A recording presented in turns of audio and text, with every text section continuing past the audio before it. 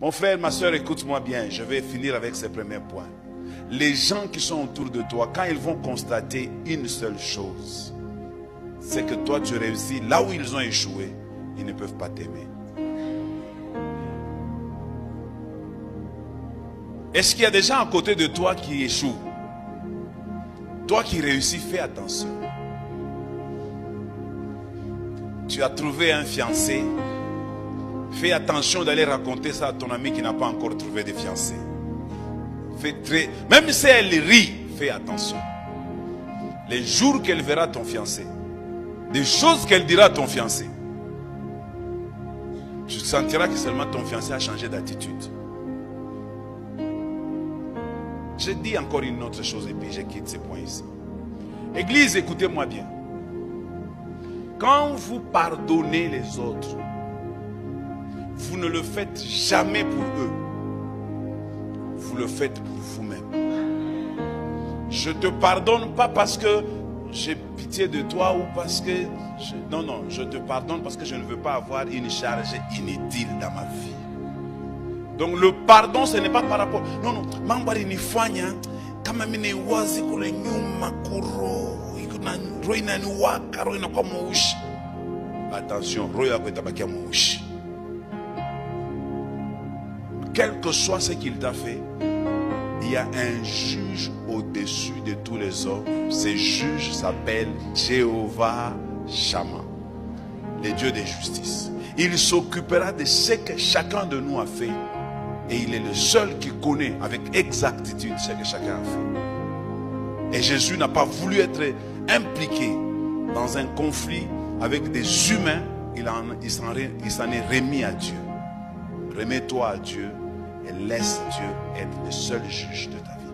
En tout cas, je termine en vous disant, Église Bread of Life, dans cette année du jubilé, ne gardez aucune rancune, aucune dent, aucune amertume et aucune blessure contre une personne qui peut mourir demain, mais en mourant, il a détruit aussi ton cœur. Parce que tout ce que l'homme a de précieux, c'est le cœur. Lorsqu'il arrête de battre, il n'y a plus d'homme. On peut te couper la jambe, on peut te couper les pieds, on peut te couper tout, même les oreilles, les nez, on peut prendre, la bouche, on peut prendre. On peut même toucher plus loin.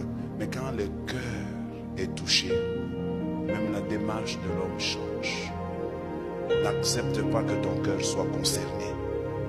La Bible dit, garde ton cœur plus que toute autre chose dans ta vie.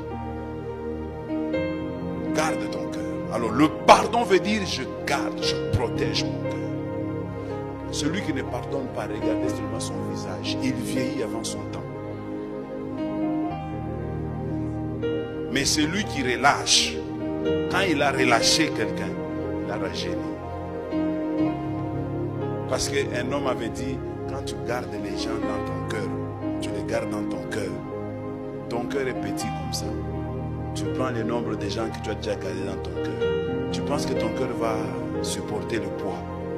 Un jour, ton cœur finira par lâcher. Pardonne-leur, car ils ne savent pas ce qu'ils font. C'est ça les jubilés. Deuxième chose. D'abord, ici, je vais souligner un petit détail. Même si quelqu'un te doit de l'argent, en cette année du jubilé, les dettes sont effacées. Fais-le. Fais-le.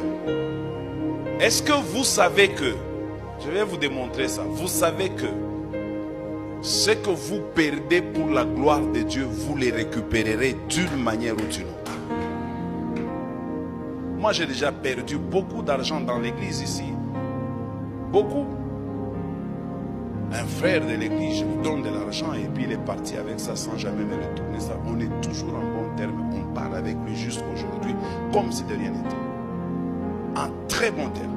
Et la chose que je voulais qu'il m'achète, il ne m'a pas acheté, mais Dieu me l'a donné autrement et multiplié fort. Parce qu'il a compris que j'ai compris ce qu'il fallait comprendre. Et c'est pourquoi je vous l'ai dit aussi. C'est les jubilés, mes amis. Faites cet effort-là.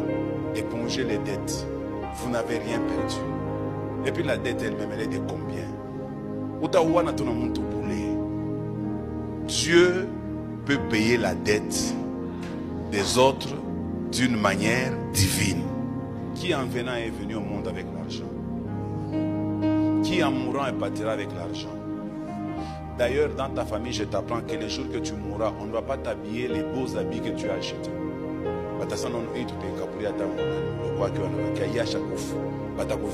Les plus mauvais habits que tu as dans ta valise. Ça c'est un ngaïkia ni njoma. D'ailleurs, les niens d'eni, la taga mon récupérer, taille coura qui j'en fani. Monte on a valeur au pétale makuta. Et Dieu veut voir comment tu traites les autres. Est-ce que l'argent a plus d'importance pour toi plus que les hommes? L'homme qui a été créé à l'image de Dieu n'a pas plus de valeur pour toi que l'argent. Comme tu viens au bureau, je vais même te donner des versets bibliques qui montrent que quand quelqu'un a ta dette et que tu éponges la dette de cette personne, Dieu va te bénir au-delà de ce que tu as vu. Donne-moi un bon amen.